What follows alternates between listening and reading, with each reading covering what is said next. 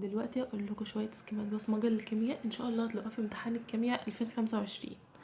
اول حاجه العوامل اللي بتؤثر على التفاعل الكيميائي المتزن: التركيز ودرجه الحراره والضغط. اكتبوا ورايا.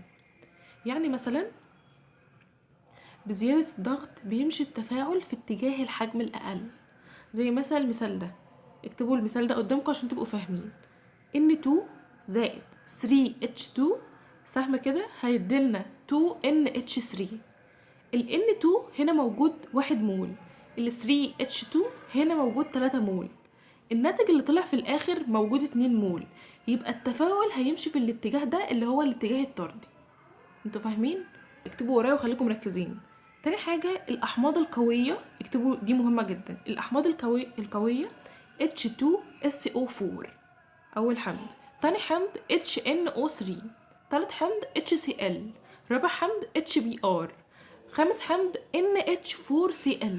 أي حمض غير الأحماض دي حمض ضعيف. القلويات القوية NaOH ده رقم 1، رقم 2 KOH، رقم 3 BA قوسين كده OH2. دول القلويات القوية، غير الثلاث قلويات اللي أنا قلت عليهم دول قلويات ضعيفة.